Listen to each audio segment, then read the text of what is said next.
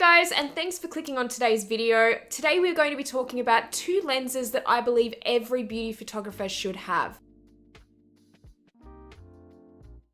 So this is really going to be a video for beginners. If you are looking at starting beauty photography and you're not really sure where to start with lenses, I really want to talk about two types of lenses that I feel that everyone should have when they're first starting out with this. I know it's really hard as a beginner to know where to start, particularly with gear and equipment. It's very difficult to know if you're not very experienced with lenses and focal lengths and things like that. It is really hard to know where to start with this, particularly when it comes to beauty photography. But I'm going to really simplify it today, and I'm just going to talk about two types that I feel are very versatile for beauty photography, and they're really all you need to start off with. So let's get straight into the video, and I hope you guys enjoy. So first off, we're going to be talking about a type of lens today that a lot of people may not already have, and this is actually a macro lens. So for me, I'm using the 100mm f2.8 L series lens from Canon.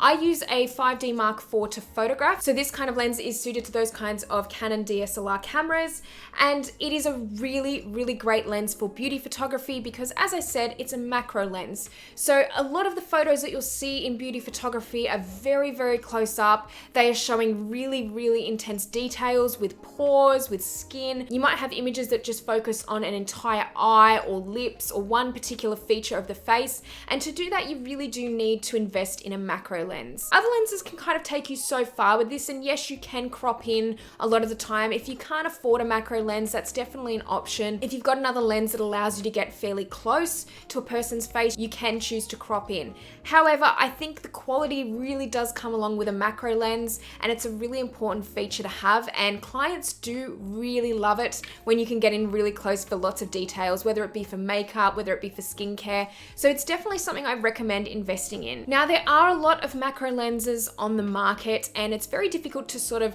narrow down specifically for each camera which macro lens I'd recommend for you guys. However, if this is kind of a video that you'd like to see in the future where I do make specific recommendations for different camera models or different brands of cameras, please let me know in the comment section below, because I'd like to kind of explore that a little bit more, and I do enjoy finding out what's kind of going well in the market at the moment. So I can do that for you guys if you'd like to see that video. But one other thing that I do want to mention about macro lenses is that I feel personally that over about 70mm is something that you should aim for in a macro lens. Over 70mm and maybe below about 180. Now, this is really going to give you a good flat image. It's not going to distort anything. You're not going to have kind of a wide angle look with any of the images, which is kind of not what you want when you're photographing so close on people's features. It can distort them and make them look kind of unflattering. So I do prefer having a longer length of lens like that as a macro lens. And that's something that I would recommend for you guys to purchase if you are looking at buying a macro lens in the future. And the second type of lens we're going to talk about today is actually a zoom lens. So a lot of you might already have a zoom lens that is really suitable for portraiture, and that's great because they're so versatile. And I always recommend for people who are starting out with beauty photography or portraiture to have a zoom lens, because if you are working in a small space in particular, it's kind of good to be able to have that versatility of zooming in and out. It's really helpful over just having a fixed length lens. So I actually use the 24 to 70mm f2.8 L series lens, but this is the original, and I got this secondhand going back probably nearly 10 years ago now.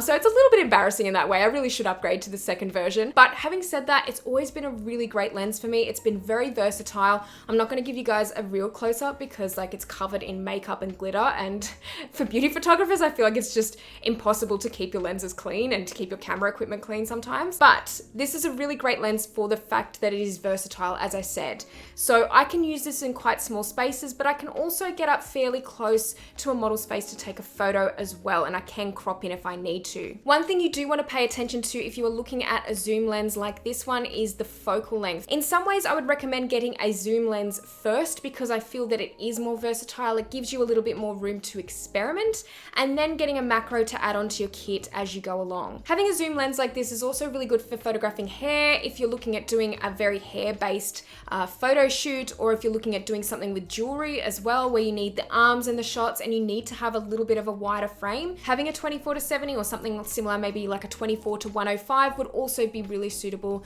for this kind of photography. A lot of people have asked me before, is aperture really important when it comes to shooting beauty? And it's really dependent on your work. So if you are doing primarily natural light beauty and you're taking your photos a little bit further back in that sort of aspect and taking beauty photos that are not super close in, maybe you'll want something with a wider aperture such as f2.8.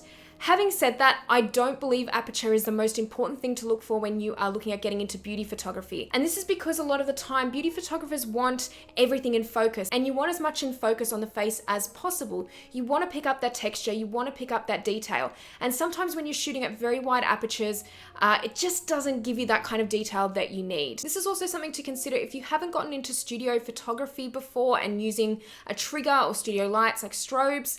I think this is also something to think about, because really with those strobes, a lot of the time you'll be shooting at like f8 or above. So I don't think the most important thing is having a very wide aperture with these lenses, but it's really important that you take all the other details into account and the quality of the lens. And it's always good to check other people's opinions and reviews of these kinds of lenses too. There is a lot of information out there on the web, and sometimes it's about narrowing down to kind of those few lenses that you find might be best value or best quality for your kit. All right guys, so I hope this video gave you a little bit more information on some types of lenses that would be really good if you're starting off with beauty photography.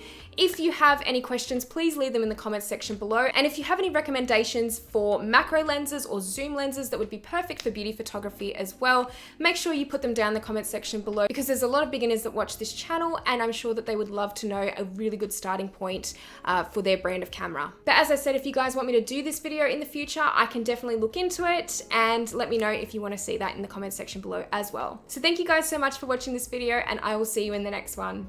Bye!